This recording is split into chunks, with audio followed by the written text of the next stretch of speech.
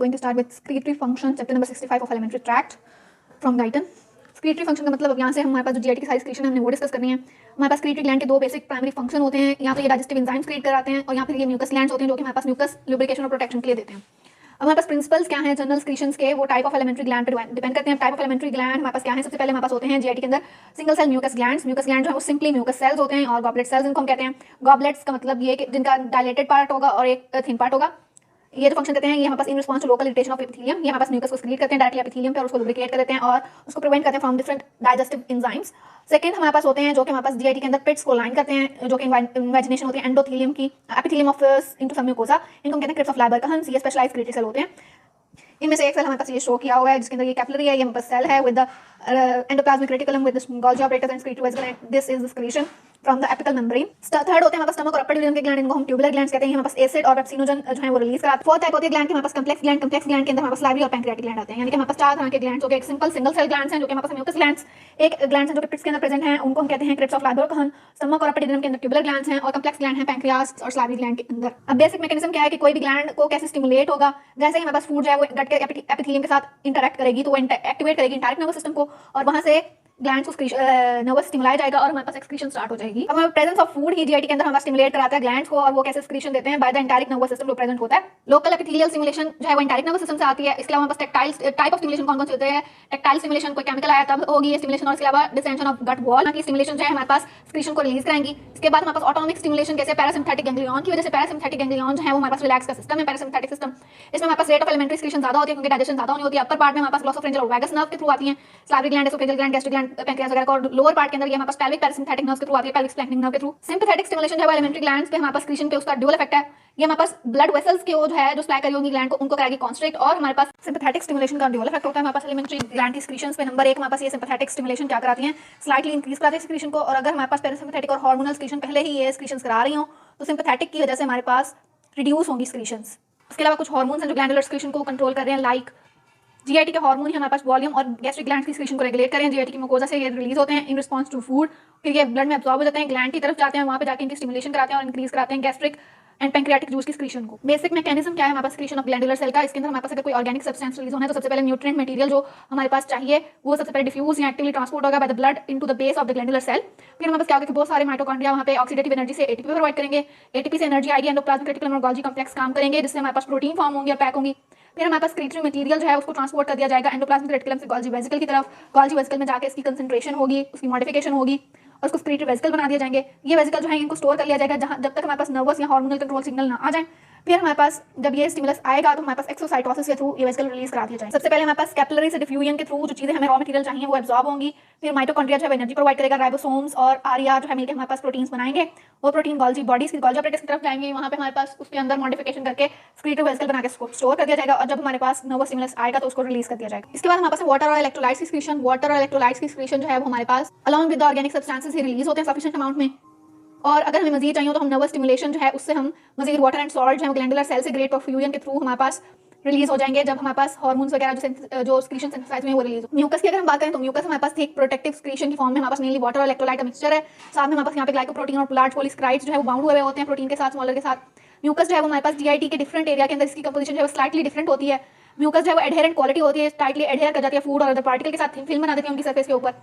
It has sufficient body that coats the wall of gut, food के ऊपर भी layer बना देती है, वॉल ऑफ गट पे भी लेयर बना देती है और वॉल ऑफ गट पे लेयर बनाने से हमारे पास प्रिवेंशन हो जाती है इसकी फूड पार्टिकल से। म्यूकस की जो है वो लो रेजिस्टेंस होती है स्लिपेज के लिए। इसके अलावा हमारे पास ये है कि फीकल पार्टिकल्स जो हैं mucus causes faecal particle tightly adhere one another, यानी कि फीकल पार्टिकल्स को एक दूसरे के साथ टाइटली एडहेरेंट रखती है। इसके अलावा ये हमारे पास strong resistant to digestion of GIT enzyme, ये हमारे पास रेजिस्टेंस देती है जीआईटी वॉल को कि हमारे पास जीआईटी के जो एंजाइम डाइजेशन के लिए रिलीज हो रहे हैं वो जीआईटी को ही डाइजेस्ट ना कर लें। इसके अलावा हमारे पास ग्लाइकोप्रोटीन ऑफ म्यूकस क्या कराता है, हमारे पास एम्फोटेरिक प्रॉपर्टीज होती हैं उसकी, वो हमारे पास बफर एबल होता है कि हमारे पास उसके ऊपर डिफरेंट एसिड या अल्कली जो एंटर हो रहे हैं जीआईटी में वो वहाँ पे जाके उनके साथ एडहेयर कर सकें और हमारे पास म्यूकस के अंदर बाइकार्बोनेट भी होता है स्मॉल अमाउंट में जो कि न्यूट्रलाइज करता है एसिड्स को। म्यूकस जो होता है उसकी स्लो एबिलिटी होती है, वो इजी स्लिपेज प्रोवाइड करता है फूड को और फूड जो है वहाँ से पास करती है। सलाइवरी ग्लैंड, अगर हमारे पास म्यूकस नहीं होगा तो सलाइवरी ग्लैंड से सलाइवा की एक्सक्रीशन जो है वो नहीं होगी। अब बात करते हैं एक्सक्रीशन ऑफ सलाइवा की। सलाइवा की पीएच होती है हमारे पास 6 से 7, ये हमारे पास जो है पैरोटिड, सबलिंगुअल और सबमैंडिबुलर ग्लैंड से रिलीज होता है और टाइनी बकल ग्लैंड्स होते हैं। 800 से 150 ml डेली इसकी स्क्रीशन होती है। एवरेज अगर हम करें तो 1 लीटर या 1000 ml स्क्रीशन होगी। ये हमारे पास सीरस भी होता है। इसके अंदर हमारे पास टाइलिन यानी कि अल्फा माइलेज कंटेन होता है। अल्फा माइलेज जो है वो एंजाइम डाइजेस्टिंग स्टार्च इसके लिए यूज होता है। इसके अलावा हमारे पास यहाँ पे म्यूकस स्क्रीशन होता है in the form of mucin, जो कि हमारे पास यहाँ पे कराता है लुब्रिकेशन और सराउंडिंग में प्रोटेक्टिव पर्पस के लिए एक्सक्रीट होता है। पैराटाइड ग्लैंड स्क्रीशन होती है वो हमारे पास सीरस होती हैं। सीरस क्रीशन जो है वो हमारे पास, इसके अलावा सब मैंडिबुलर और सबलिंगुअल की बहुत सीरस और म्यूकस होती हैं। बकल ग्लैंड की ओनली म्यूकस होती हैं। स्लाइवा की पीएच होती है हमारे पास 6 से 7 और इसमें हमारे पास डाइजेस्टिव एक्शन के लिए टाइलिन मौजूद होता है। स्क्रीटरी आइन यहाँ पे जो प्लाज्मा के अंदर स्लाइवा के अंदर स्क्रीट होते हैं वो पोटेशियम और बाइकार्बोनेट बहुत सारे स्क्रीट होते हैं स्लाइवा में और सोडियम और क्लोराइड को एब्जॉर्ब कर लिया जाता है इस स्लाइवा से प्लाज्मा के अंदर। और हमारे पास टिपिकल कंपाउंड ग्लैंड होते हैं यहाँ पे जिसके पास एसिनाइन होता है, स्लाइवरी डक्ट होती है। फर्स्ट स्टेज पे हमारे पास एसिनाइन वॉल होता है, सेकंड स्टेज पे स्लाइवरी डक्ट वॉल होती है। हमारे पास जो है टाइलिन या म्यूसिन सोल्यूशन जो है आयंस और उनकी जो हमारे पास एसिन आए हैं वो स्क्रीट करते हैं प्राइमरी स्क्रीशन, इसके अंदर टाइलिन और साथ में म्यूसिन सोल्यूशन होता है। फिर हमारे पास जो प्राइमरी स्क्रीशन है वहाँ पे हमारे पास दो major active transport system take part करते हैं। सोडियम को रीअब्सॉर्ब कर लिया जाता है, पोटेशियम को एक्टिवली स्क्रीट कर दिया जाता है इन एक्सचेंज ऑफ सोडियम, और सोडियम की कंसंट्रेशन जो है स्लाइवा में रिड्यूस हो जाती है, पोटेशियम की इंक्रीज हो जाती है जैसा कि हमने पहले डिस्कस किया। यहाँ से हमारे पास इलेक्ट्रोनेगेटिविटी डिफरेंस आता है -70 मिली वोल्ट का। इससे हमारे पास जो नेगेटिविटी है वो स्लाइवरी डक्ट्स में ज्यादा हो जाती है। तो हमारे पास स्लाइवरी डक्ट्स में क्या होता है कि क्लोराइड की पैसिव रीअब्सॉर्प्शन होती है, क्लोराइड कंसंट्रेशन हमारे पास स्लाइवरी फ्लूइड से फॉल कर जाती है और फिर हमारे पास बाइकार्बोनेट जो है वो डक्टल एपिथेलियम में एब्जॉर्ब करा दिए जाते हैं, यहाँ स्क्रीट करा दिए जाते हैं एब्जॉर्बिंग। इससे हमारे पास जो है एक्टिव स्क्रीटरी प्रोसेस होता है और हमारे पास सोडियम और क्लोराइड जो है वो स्लाइवा में अबाउट 15 मिली इक्विवेलेंट होते हैं 1/7 and 1/10 of the concentration of plasma, यानी कि जितने प्लाज्मा प्रेजेंट होते हैं उसके 1/7 से 1/10 कंसंट्रेशन के अंदर मौजूद हो। क्या क्या चीजें यहाँ पे रिलीज हो रही हैं, स्क्रीट की जा रही हैं पोटेशियम और बाइकार्बोनेट और एब्जॉर्ब क्या करा जा रहा है सोडियम और क्लोराइड। पोटेशियम और सोडियम जो है वो हमारे पास एसिना के अंदर और हमारे पास डक्ट्स के अंदर क्या चीजें, बल्कि सब कुछ डक्ट्स में किया जा रहा है। पोटेशियम कंसंट्रेशन हमारे पास 30 मिली इक्विवेलेंट होती है जो कि 7 टाइम ग्रेटर होती है इसकी कंसंट्रेशन इन द प्लाज्मा, और जो बाइकार्बोनेट होता है इसका 50 to 70 मिली इक्विवेलेंट होता है जो 2 to 3 टाइम होता है प्लाज्मा से ज्यादा कंसंट्रेटेड इन द स्लाइवा। एसिनाइड है हमारे पास 24 तक स्क्रीशन रिलीज कर सकते हैं 20 टाइम्स तक। एसिनाइड स्क्रीशन जब ये डक्ट से फ्लो करती है तो डक्ट के अंदर इसकी दोबारा से रीअब्जॉर्प्शन वगैरह की वजह से स्क्रीशन जो है वो रिड्यूस हो जाती है। सोडियम क्लोराइड जो है 1/2 से 2/3 ऑफ प्लाज्मा जो है जितनी इनकी प्लाज्मा में कंसंट्रेशन होती है उसके 2/3 ये या 1/2 प्रेजेंट होते हैं इन द स्लाइवा, और प्लाज्मा में जितना पोटेशियम होता है उसका 4 टाइम पोटेशियम जो स्लाइवा के अंदर प्रेजेंट होता है। स्लाइवा का फंक्शन क्या है, हमारे पास ओरल हाइजीन के लिए यूज होता है। इसके अंदर हमारे पास हेल्दी ओरल टिश्यू को मेंटेन करने के लिए हमारे पास स्लाइवा बहुत जरूरी होता है।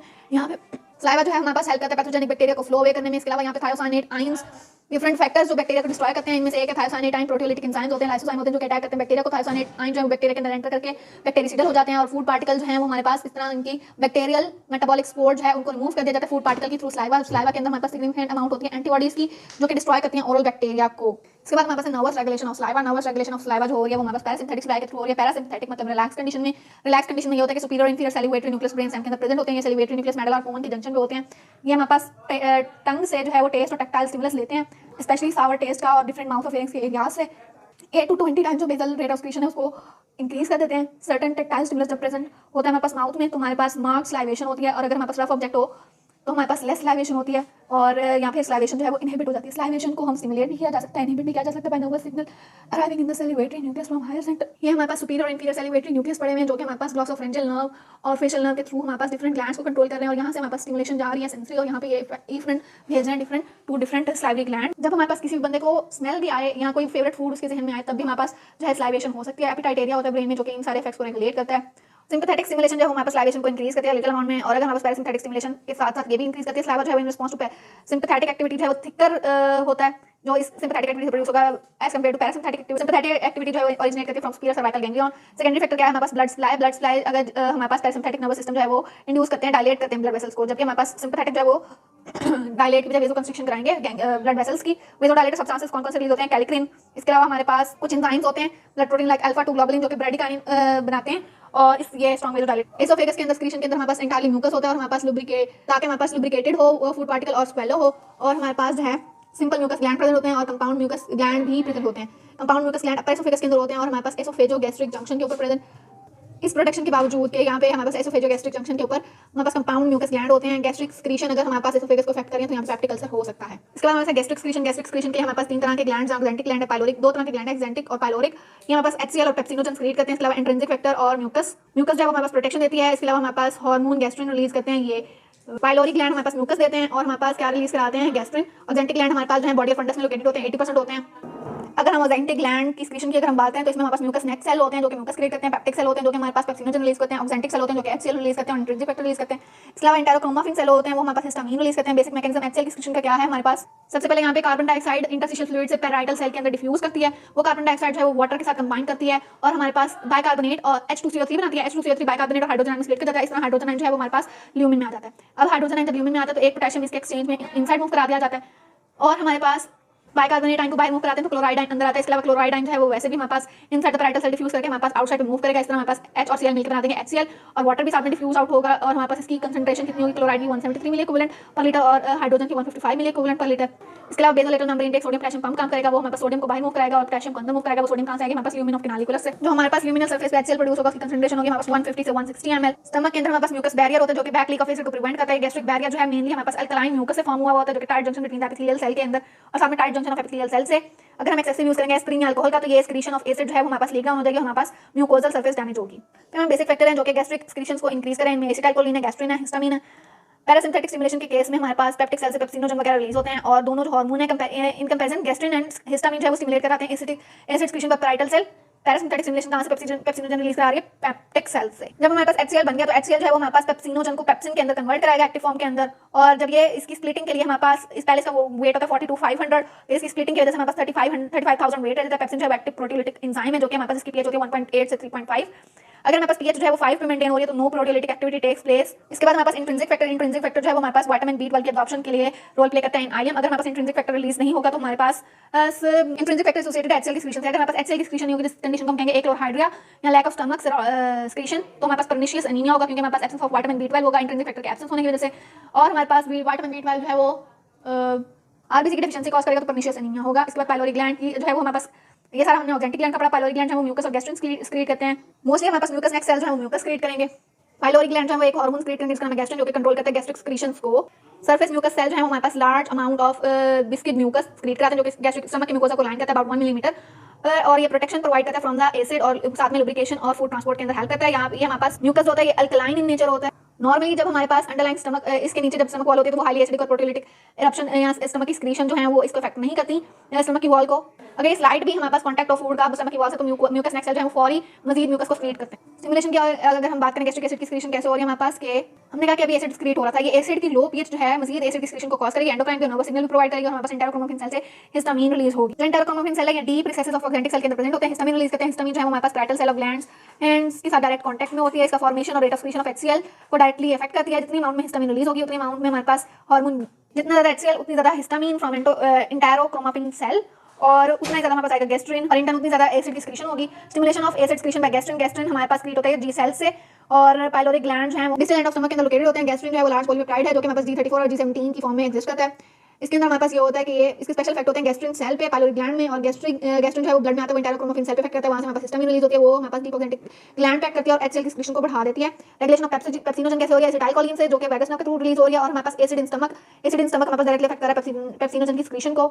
इसके बाद एसिड की सिक्रीशन डायरेक्टली पेप्टिक सेल पे इफेक्ट नहीं कर रही, बजाय ये कि एंटायर नर्वस रिफ्लेक्स के थ्रू हमारे पास नर्व सिग्नल भेजती है पेप्टिक सेल को जिससे हमारे पास पेप्सिनोजन रिलीज होता है। फेजेस क्या क्या हैं गैस्ट्रिक सिक्रीशन की? फेलिक फेज के अंदर हमारे पास हेड से चीजें जो रिलेटेड है वो इन्वॉल्व होंगी लाइक साइट स्मेल थॉट और टेस्ट ऑफ फूड और यहाँ भूख बहुत लगी हुई है।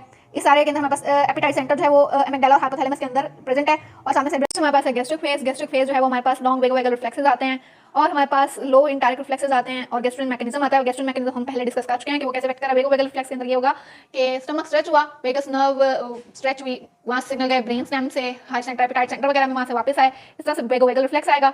और हमारे पास लोकल इंटायरिक रिफ्लेक्सेस कैसे हैं कि वहीं सिर पे मौजूद जो गैंग्लियाज वगैरह वो इफेक्ट करेंगे और टोटल डेली सिक्रीशन जो है वो 1500 ml तक होगी गैस्ट्रिक जूस की, 60% अकाउंट करेगी, 30% जो है फेलिक फेज के अंदर होगी। इसके बाद बस इंटेस्टाइनल फेज भी है कि upper portion of small intestine जो है वहां पर presence of food particularly in duodenum जो है वो हमारे पास स्टमक में गैस्ट्रिक जूस की सिक्रीशन को कॉज कर सकती है, 10% ये रिस्पांस करेगी। इसके बाद हमारे पास इनहिबिशन कैसे होगी गैस्ट्रिक सिक्रीशन की बाय रिवर्स इंटेरोगैस्ट्रिक रिफ्लेक्स और हमारे पास इसमें क्या होगा कि डिस्टेंडिंग स्मॉल बाउल जो है उसकी वजह से इनिशिएट हो सकता है अपर इंटेस्टाइन में अगर एसिड सिक्रीशन हो रही है उसकी वजह से हमारे पास रिवर्स इंटेरोगैस्ट्रिक रिफ्लेक्स हो सकता है।